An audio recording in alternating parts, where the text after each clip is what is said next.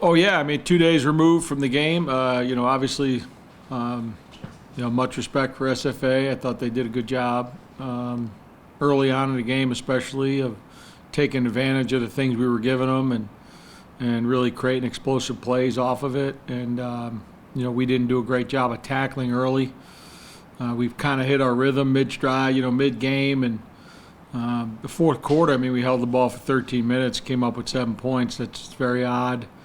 We needed to finish in the red zone a couple times where we didn't. One turnover, one turnover on down. So I think those are some things you got to fix and you got to get better at. And, as coaches, we have to evaluate what we're doing in those situations and make sure we can put our guys in the best situation to win the game. So on multiple occasions, you'd take Robert out, bring Jacoby in the Wildcat formation. He's able to get a touchdown. Will we see more of that as the season progresses? It depends. I think it's all game plans based on who we're playing and how it plays out. But it's certainly a viable option for us for sure moving forward.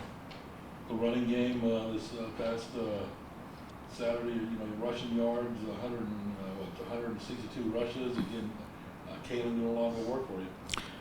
Yeah, I thought I thought we played pretty well on both fronts. I thought both offensive and defensive lines played extremely well. And that gave us a chance to win the game. That's obviously the defense statistically was a very good defense that we played against, and we were able to outgain them, out first down them. I think all those things are positives for us because we weren't really doing a good job of getting the ball out on the perimeter to our receivers and in space to gain yards, and I think we did that. And we certainly created some more opportunities for explosive plays for us. So we're going to continue to do that, and that'll open up the run game a little bit more for KG and Damian and Major and those guys that are carrying the ball in the backfield. Let's talk about the penalties. You had 6 for 58 yards, including one. To explain that a little bit, the helmet comes off. You're supposed to stop right there. Yeah. And is that kind of hard for a kid to do? I think it is. If our guys, who cares about, he's trying to make a play for the team. I don't fault him for that. He's got to know the rule a little bit better and, be able to obviously keep himself safe. That's the thing you worry about the most is a guy running in there with everyone with helmets and he doesn't have one. So I think that's critical for us to teach him that and make sure we do that. But, they missed. I mean, you wonder how his helmet came off. Yeah.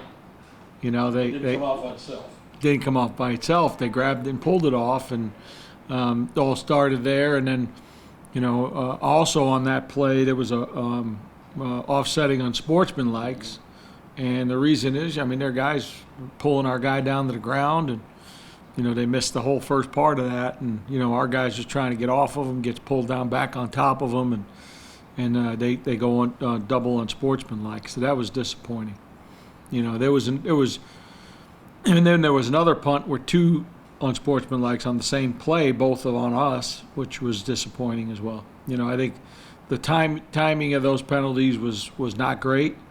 They had the ball on the 15-yard line, all of a sudden had the ball on the 45, and got a field goal out of it. So we needed to do a better job of making sure we took care. I thought overall, though, from a pre-snap penalty deal, we did a really good job. We had 2 that were pre-snaps, and we got to eliminate those. But overall, I thought we did a pretty good job of cleaning that up throughout the bye week. SFA defensively in the first half really seemed like they were throwing different formations at you, just kind of confusing the quarterback. Coleman seemed like he was a little rusty at times during the first half. What did you learn from SFA in that first half of that ball game? Yeah, I definitely didn't see it that way. I thought Robert was pretty sharp. He threw a touchdown. Kid bobbled it in the end zone. The next play, he puts it right on the money. The kid sticks one hand out instead of 2. He sticks 2 out. That thing's probably going in the end zone as well. Instead, it's an interception.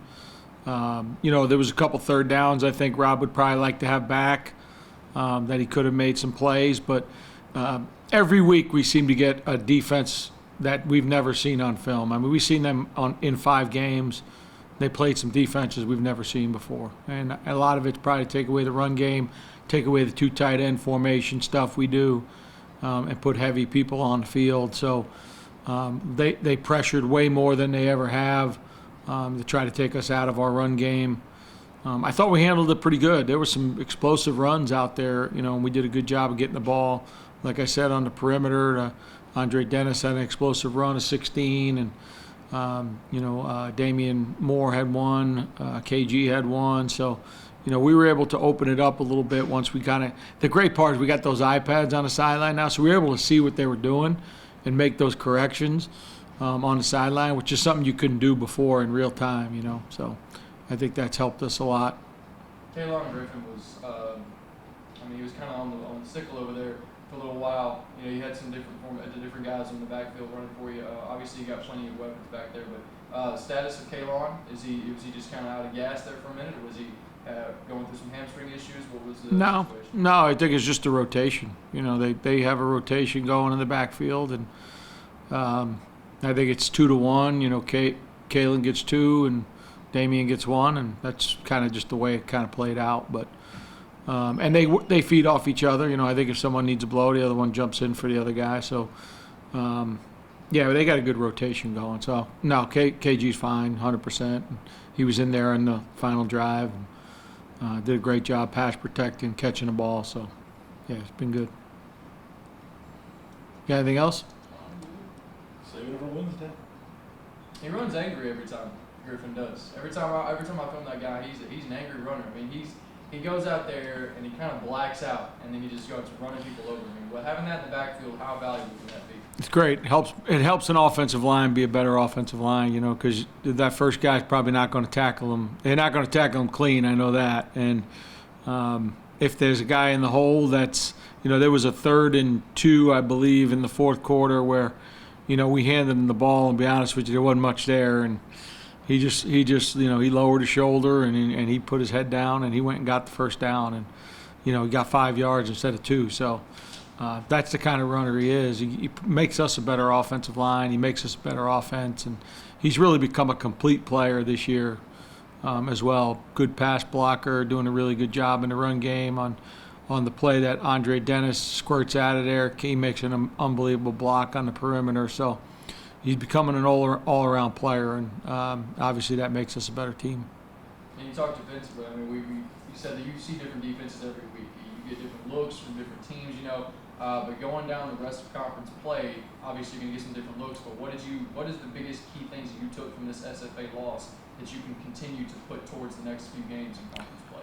Well, the one thing we came into the bye week wanting to be better at getting the ball in the perimeter on offense, making sure that we got the ball into our playmakers' hands so that they could make big plays. And obviously Savon Ray had the game of his life, and our skill guys that all touched the ball all affected the game in a positive way. So I think that's one of the things that we thought we did well, and I thought our D-line played well enough to win the game. They dominated for the most part the line of scrimmage.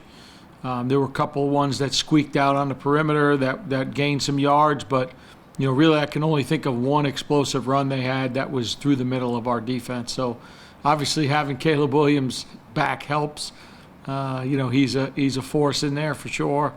But I think those two things are really things that we can build on as a team and work to get better as we get deeper into conference play, and becoming more multi-dimensional, not just handing the ball off to KG, So I think those are ways, and then adding Jacoby in the mix on some quarterback run stuff, which is really good, and he's going to do all of it. He can throw the ball, he can run the ball, so it's not going to be something that's just exclusively a run package, so the defenses can pin us down.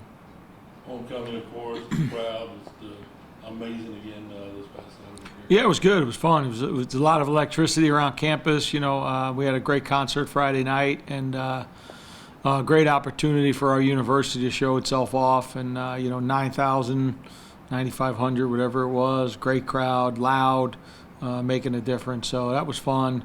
Wish the results were different so that they could have walked out of there feeling really good about themselves. But I'm proud of our team. I'm proud of the way those guys fought. They down 13-0 early, and man, you could easily folded the tents up on homecoming and just said, hey, it's not our day. Our guys didn't do that. They continued to battle and fight, and we had the ball in the fourth quarter with a chance to tie the game, and what more can you ask for at that point, right?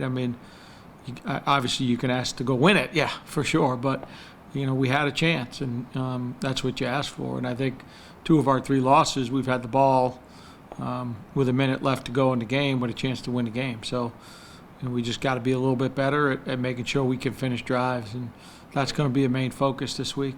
Had a couple of players from the '89 team, very thankful for you and for showing around and you visit with their kids, and they were the last team to play before the program was dropped.